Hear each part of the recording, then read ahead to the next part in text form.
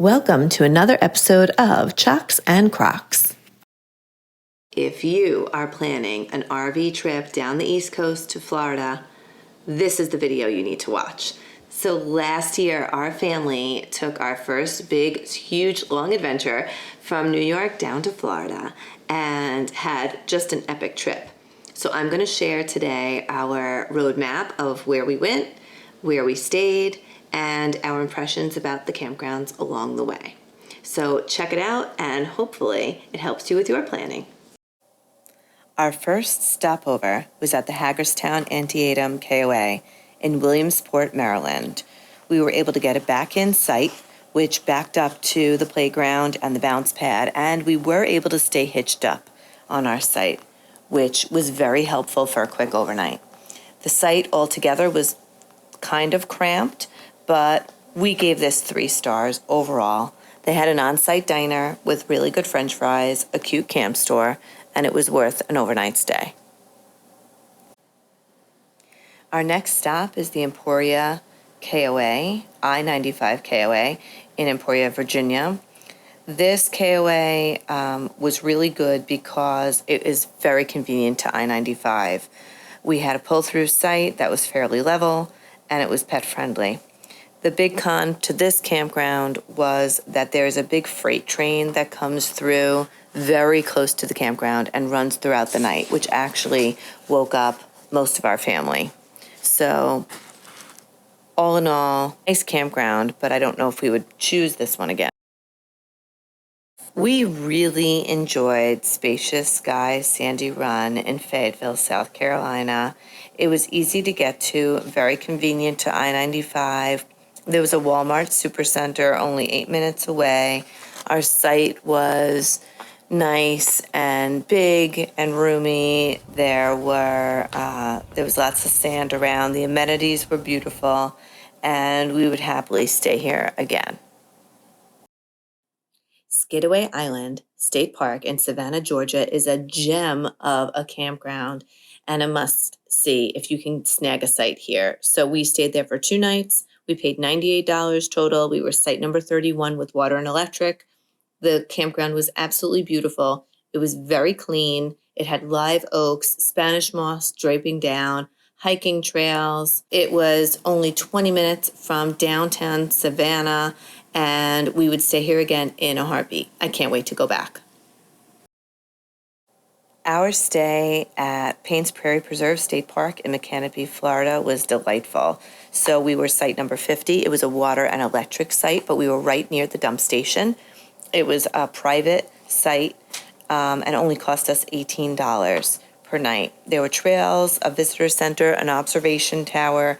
There was lots of wildlife to see that came to visit our campsite. And we didn't see any alligators, but we did see armadillos. Definitely a great place for an overnight or two if you can snag a site here. Sun Outdoors Sarasota in Sarasota, Florida gets about a 3-star rating from us. So we had site 702.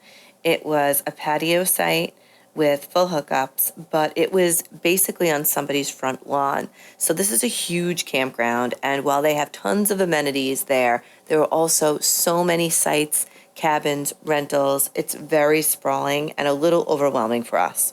All in all, we were still happy to stay here because it was a prime location to visit Sarasota and also Siesta Key.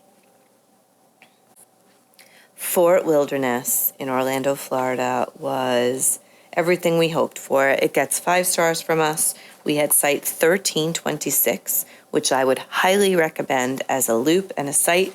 It had close proximity to the meadows, a lot of nice shading all around it, and we loved everything about being at Fort Wilderness. Definitely do yourself a favor and make sure you get yourself a golf cart. We stayed at West Palm Beach Lion Country Safari KOA for a full week. Our site was level, and it was a back-end site with full hookups. We were at site number 202. But this campground gets a 3-star rating from us.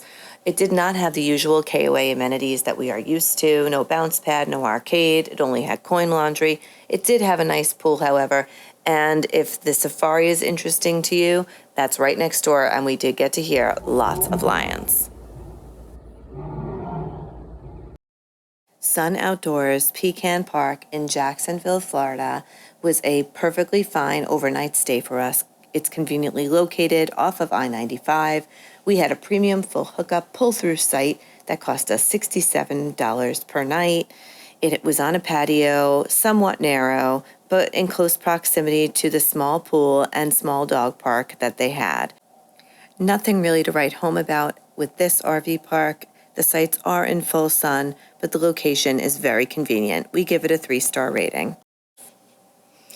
Our next stop is James Island County Park in Charleston, South Carolina. We had site number 108, which cost us $80 a night, and we would give this a 5-star rating. We had a back-in site with full hookups and enjoyed it tremendously. They had a gorgeous playground here, lots of nice places to go bike riding.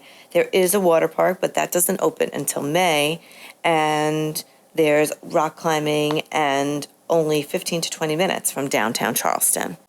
And last but not least is the amazing dog park at this campground. It's the largest I have ever seen. North Point RV Resort in Selma, North Carolina is right next to I-95. So the proximity can't be beat. You're literally off the exit and see the traffic going by your campsite. The con to that is it is loud and noisy, and there's not really much to the campground. There is a pool, which we did enjoy. We were in site F3. It only cost us $60 and was full hookups and a pull-through. We only give this campground a 2-star rating, however, because it really lacked many amenities. But if all you need is proximity to 95, this can't be beat. Pohick Bay Regional Park is located in Lorton, Virginia. We stayed at site number 15. It cost us $53 a night. We had a back-in site with water and electric. It was close enough to Washington, D.C. that we could go pop over there for dinner and some quick sightseeing. There was a decent playground. The camp store was closed. Mini golf was being renovated, so there wasn't much else to do, but we were able to play a little frisbee and enjoyed a short trail down to the bay. Our final stop for our excursion is at the Philadelphia South Clarksboro KOA in Clarksboro, New Jersey. We had site number 36. Give this campground a 4-star rating out of 5. It cost us $105 a night, which was a little steep.